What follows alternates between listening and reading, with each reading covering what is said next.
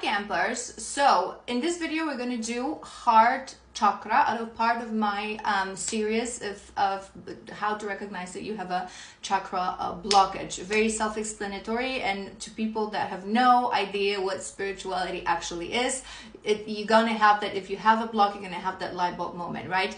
So heart chakra is really important. So this particular video can have two parts because I want to cover something specific about chakras before we actually get in depth to heart chakra. So what I want to talk about is the fact that your heart chakra, the energy point located in your chest around your actual heart, so in the center of your chest, is a bridge between three chakras that are your physical chakras, right? So your root, your sacral, your solar plexus, and it bridges to the three ones that are the spiritual ones that connect us to the spiritual realm, which is the throat, the third eye, and the crown. The reason I want to talk about this a little bit is because when I do alignment readings, especially first reading, right, I covered this part strongly because I believe that what happens in our life is that when we're born, we process our physical karma that is linked to that physical area, to those physical chakras, and then we have that moment of awakening, and we are able to start processing what we call the spiritual karma of our life. So to explain this to you further, it basically means that when we come to this world, when we incarnate in that specific body as a soul, we have a purpose, right? Your life's journey, your life's purpose, right? And in order to follow that purpose, this is what we do when we say that we do alignment sessions, alignment readings. So what is it that you need to do? What is it that source, your spiritual guides need to tell you, guide you to be aligned to that path that you decided to walk as a soul, to learn a specific lesson, to go through specific experience, right? Or to give away your specific gift to others in that lifetime. So physical karma is related to the physical things, right? So things that we have to experience, we have to go through in our life, starting from childhood, to either or both, either become a person that we're supposed to be, or clear and pay our karma and soul contract that we have with other souls.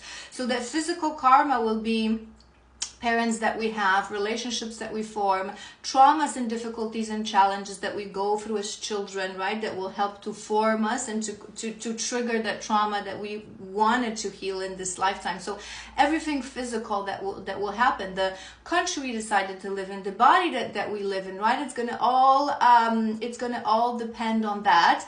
And whatever kind of happens in that physical karma will influence the state of your physical chakras and the traumas that are sitting in there, right? And waiting for you to address them and to heal them and to release them. And I always say that at one point of life, we have that moment, that window of opportunity that we can switch. Not everyone does this, but we have that window of opportunity to switch from physical through that bridge to the spiritual. What basically means that we have that aha moment, right? It usually happens from late 20s to like late 30s, but for some people it happens earlier, for some people it happens later. There's no rule, generically speaking, and it's that moment, and that moment can be different for each and every one of us. For some, it's going to be very subtle. You're not even going to know. You're not even going to notice. It's going to be that moment, for example, that you have to say goodbye to your parent or to your grandparent, be it that they return home and die out of natural causes, right? And having had a beautiful life, but it's always a traumatic event for humans to say goodbye to a loved one, right? So it can be that moment. You can have a minor injury or an illness that will make you kind of think about the meaning of life, or you can have a breakup with a person that was truly, you thought that it was your person, it was a person that you really loved, and you can have that moment of, maybe there's something that I need to work on when it comes to me, my self-growth, my life. Maybe there are things that I need to change. Maybe I have to pay attention to certain things a little bit more. So for some people, it's going to be very, very subtle, right? You're not going to have that conscious, okay, this was the day and this was the event that made me switch from my physical to my spiritual. But for others, it's going to be very intense, and it's going to actually be that Kundalini awakening. So if you were meant to truly walk a spiritual path, conscious path, if you were meant to become a seer, a healer, a reader, whatever that is, right?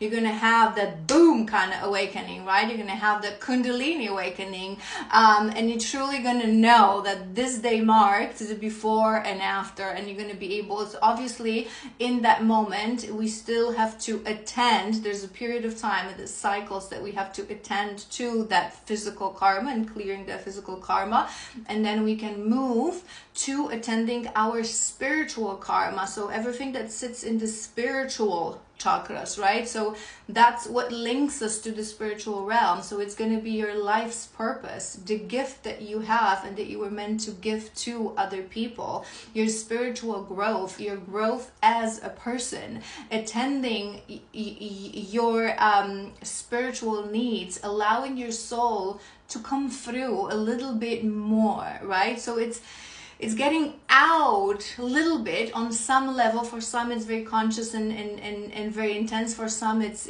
subconscious, but getting out of that matrix physical world a little bit and allowing yourself to know that there's more out there. It's like just looking at the stars and thinking about the meaning of life. There's more out there. It's not just us going through day job and being parents and dying, but there's more out there. There's a purpose to life, right? And that's when you attend those spiritual karma. So in the next videos, as I talk about the spiritual karmas, it's going to be a little bit of a high level, right? In the sense that, you know, physical karmas, physical chakras, most people have blockages over those karmas, right? But when we talk about spiritual ones, again, for most people, they're completely blocked, they're completely dormant until the moment you actually go through that bridge, until the moment you actually process